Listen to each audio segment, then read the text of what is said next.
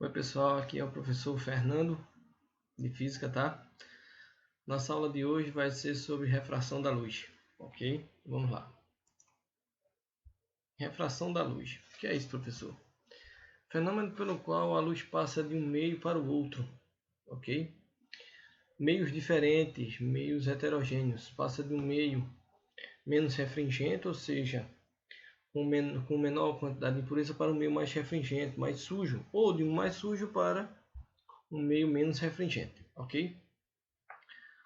A passagem da luz de um meio para o outro envolve mudança em sua velocidade de propagação. Dependendo do ângulo de incidência do feixe, pode haver também um desvio na direção de propagação. Esse desvio foi explicado por Fermat em 1654. Veja, por meio do princípio segundo o qual a luz sempre perfaz um curso de menor tempo, certo? Então veja. Um exemplo bem simples é esse aqui, ó. Quando a gente coloca a colher dentro de um copo com um pouco de água, você percebe que o copo, né? É como se o copo, se a colher tivesse quebrado exatamente aqui, ó. Ok? Isso é o fenômeno de refração. Ela passou desse para a água. Ok? Ela passou do ar para a água. Então houve um desvio, né? Uma mudança na trajetória de propagação, como também na velocidade, certo? E a gente sabe que cada meio por si só ele possui o que a gente chama de índice de refração, né? Aqui representado pela letra N. Cada meio ele possui o seu próprio índice de refração, seja o ar, seja a água. Ao passar de um meio para outro ocorre esse tipo de fenômeno chamado de refração, tá? Eu falei índice de refração. O que é índice de refração, professor? Na verdade, é a divisão da luz no vácuo pela divisão da luz no meio, ou seja, N, que é o índice de refração, C é a velocidade da luz no vácuo, não é isso? Que todo mundo sabe que a velocidade da luz no vácuo equivale a 3 vezes 10 a oitava metro por segundo. E V é a velocidade da luz no meio, ok? Velocidade da luz no meio, tá? Essa refração sempre vai ser maior ou igual a 1, porque a velocidade da luz no vácuo é a maior que existe, tá? Ela é a maior que existe até hoje, é a maior já encontrada. E a velocidade da luz no meio ela é menor do que a velocidade da luz no vácuo. Ela pode ser no mínimo 1, porque aí vai dar 1 dividido por 1, ou 3 vezes 10 a oitava dividido por 3 vezes 10 a oitava dá 1. Ok? Certo? Mas aí a refração ela gera algumas leis. Na verdade, ela gera duas leis. A primeira lei da refração diz a gente o seguinte. Pertence ao mesmo plano o raio incidente, está aqui o raio incidente, está ele indo aí de incidência, ok? Aqui a divisão entre o meio 1 e o meio 2, tá? Ok? Aqui eu tenho uma superfície de divisão entre o meio 1 e o meio 2, então o raio incidente vem, se choca com a superfície que divide o meio 1 e o meio 2. Aqui a gente tem a reta normal, que é uma reta imaginária perpendicular à separação entre os dois meios, tá? Ele, ao bater na superfície e refratar, ele gera θ1, que é o ângulo de incidência, que também é chamado de ângulo de incidência, tá? E ao sair, que é o que a gente chama de raio refratado, ele gera θ2, que é o ângulo de refração, tá? Ok? Perceba que a luz houve uma variação tanto na velocidade como na sua trajetória de propagação, ao passar do meio 1 para o meio 2. E tudo isso aqui pertencem ao mesmo plano, tá? Um plano alfa qualquer, ok? Porque planos geralmente são determinados por letras gregas, certo? Segunda lei da refração é o que a gente chama da lei de Snell-Descartes, tá? Existe uma igualdade entre o índice de refração juntamente com o ângulo de incidência e o índice de refração 2 com o seno do ângulo de refração, tá? Como é que Snell-Descartes provar isso aqui? Ele diz que o índice de refração do meio 1 vezes o seno do ângulo formado pelo raio junto com a gente chama ângulo de incidência é igual ao índice de refração 2 multiplicado pelo seno do ângulo de refração, tá? Isso aqui é uma igualdade, é o que a gente chama da lei de Snell-Descartes, que mais tarde em ondulatória a gente vai ver que ela se adapta, ok, à refração com ondas. Agora tem dois detalhes aqui, ó. Primeiro detalhe, se N1 maior que N2, ou seja, se a incidência menor do que a refração, o raio passa de um meio menos refringente para um mais refringente, ou seja, um mais limpo para um mais sujo, tá? E o ângulo refratado, e a medida do ângulo refratado é menor do que a medida do ângulo de incidência, ou seja, a trajetória se aproxima mais da normal, ok? Se N1 maior que N2, certo? A trajetória do ângulo refratado se distancia mais da normal, ok? Porque ele passa de um mais refringente para um menos refringente, ok? Ângulo limite e reflexão total, ok? Toda refração ela chega a ter um ângulo limite que determina até aquele ângulo o raio de luz consegue refratar, ou seja, passar de um meio para o outro. Passando daquele ângulo ele não refrata mais, ele reflete. Isso sabendo também, para a física a gente predetermina que a nível de cálculo, né, a gente determina que todo raio refratado, todo raio de luz que incide e passa de um meio para o outro, ele é 100% refratado. Agora, na vida real, não é 100% que o raio refrata, ele reflete uma porcentagem mínima, mas ele consegue refletir, tá? Então aqui você está vendo, ó, N1 menor do que N2, ok? Eu tenho... E aí ele tem o índice de reflexão aqui, de refração, é um ângulo para 90 graus, tá? O ângulo limite, ok?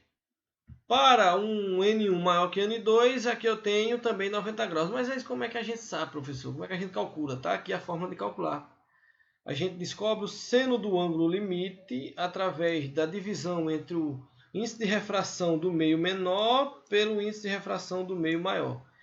A partir do momento que a gente faz essa divisão, a gente acha o seno. E aí, novamente, a gente volta para a tabelinha de senos e cossenos de 0, 30, 45, 60, 90, 120, 150, 180. Tá? Não vou descobrir o ângulo, vou descobrir o seno. A partir do que eu descubro o seno, eu descubro mais ou menos o ângulo que está sendo o ângulo limite, né? Para que ele consiga refratar, ou então, se passar desse limite de ângulo, ele só consegue refletir. Tá? Tá aqui, ó, um exemplo bem simples. Na figura A eu tenho uma refração. Ele bateu, deixa eu mudar aqui a canetinha para vocês notarem. Ele bateu, refratou e refletiu. Aqui um pedaço refletiu e o outro pedaço refratou, ok? Já na figura B, ele não conseguiu refratar, ele refletiu, tá? Aqui é como se a gente visse um raio mais ou menos deitado, não é isso? Ele bateu e ficou por cima da superfície, ou seja, ele ultrapassou o seno do ângulo limite, tá? Uma das características da refração também é o que a gente chama de altura aparente, né, e profundidade aparente. O que é isso, professor? É a parte de outro plano, ok? Quando a gente está na beira de uma piscina está iluminada pela luz do sol, a gente acha que a piscina é bem rasinha e na verdade ela é bem mais funda, é o que a gente chama de profundidade aparente. Olha aqui, o observador, que é o pescador, confere, ele olha para um peixe que está dentro d'água, ou seja, o raio de luz sai do ar e entra na água, e ele imagina que o peixe esteja aqui, mas na verdade o peixe está aqui, ok? Ele não consegue ver ele aqui. Por quê, professor? Porque a luz está passando do ar para a água, ok? Então isso aqui é o que a gente chama de profundidade aparente. Se eu me imagino aqui dentro da água e olhando para fora, tá? Eu vou ter o que a gente chama de altura aparente, ou seja, a gente está dentro de uma piscina iluminada pela luz solar. E aí a gente acha que a borda da piscina é bem mais alta. Na verdade, não. Na verdade, ela está mais próxima. Por quê? Porque o raio de luz está saindo da água e está indo para o ar. Ou seja, ela está transformando aquela altura que eu achava que era em uma altura diferente. É o que a gente chama de altura aparente. E aí como é que a gente calcula isso, professor? Então veja, ele chamou aqui de x' a distância da imagem. Está aqui, né? X' é a distância da imagem. Confere, que também pode ser chamada de P', ok? E x, aqui ele deu o nome de DO, que é a distância do objeto, que também pode ser chamada de P, tá? Então, a razão entre a distância da imagem e a distância do objeto é igual à razão entre o índice de refração do observador, onde o observador está, dividido pelo índice de refração do objeto, onde o objeto está. Ok? Isso aqui a gente também pode encontrar na seguinte representação. P' sobre P igual a N do observador, OBS, dividido por N do OBJ, que é o objeto. Ok? E aí a gente sabe, a gente pode descobrir a altura aparente, a profundidade aparente, ou então o índice de refração de onde está o observador, o índice de refração de onde está o objeto, sabendo que todos os meios eles possuem sempre o próprio índice de refração, tá? Ok? Para o ar, a gente considera, na maioria das questões físicas, para o ar a gente considera índice de refração 1. Tá? É como se fosse o vácuo, certo? A gente tem também as lâminas de faces paralelas. Vocês percebam o raio, esse raio amarelo aqui, ele está vindo, está batendo, está passando do ar para uma lâmina, né? Está refratando dentro da lâmina, novamente ele bate e refrata de novo. Então existem duas refrações aqui, ok? Ele tem o primeiro I, que é o ângulo de incidência, e tem o primeiro R, que é o ângulo de refração, tá? E ao sair, ao refratar por segunda vez, ele forma um I', ok? E forma um R, ok?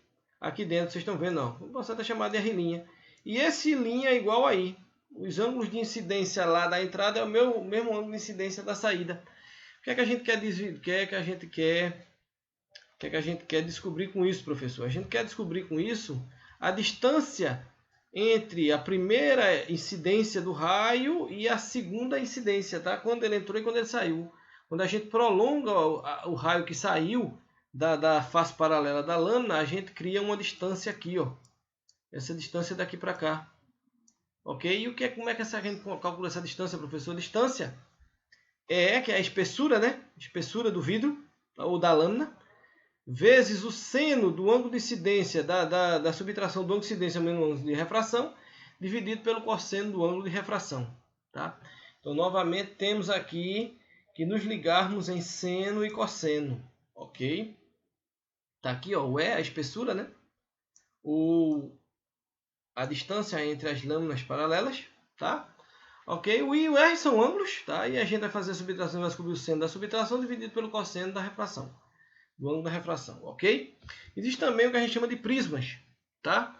São compostos basicamente de duas lâminas de face não paralela. Face paralela a gente já sabe como é que a gente calcula. E de faces não paralelas, ok? Aí o que é que vai acontecer? Vai haver um desvio angular. Perceba, o raio amarelo ele entrou, refratou na primeira face, depois ele refratou na segunda face. Ok?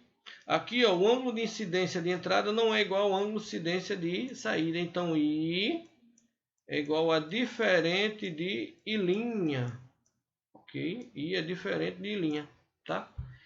E você percebe que esse A aqui é o que a gente chama de desvio total. Desvio angular total. Ok? Como é que a gente calcula esse A aqui, professor? A gente soma os dois ângulos de incidência, o de entrada e o de saída, e diminui do ângulo aqui, ó, esse ângulozinho formado aqui pelas projeções das duas normais. A normal de incidência da primeira incidência na primeira face e a normal da segunda incidência. Com a projeção dessas duas normais, a gente descobre esse ângulo A aqui, que você perceba que é o mesmo ângulo A daqui da lâmina, do prisma, né? Ok, do encontro das faces do prisma, certo? E aí o desvio angular total nada mais é que a soma dos dois ângulos de incidência menos o ângulo formado pela junção das duas faces não paralelas ou então pela projeção das duas normais, tanto da primeira incidência como da segunda incidência na segunda face. Ok? E aí, ó, nós temos dois tipos de prisma, né? Um prisma de reflexão total, não é isso? O prisma reto pode ser posicionado para produzir um desvio de 90 graus ou de 180 graus na luz incidente. De acordo com a posição dele, ele não refrata, ele bate e volta, ele não refratou.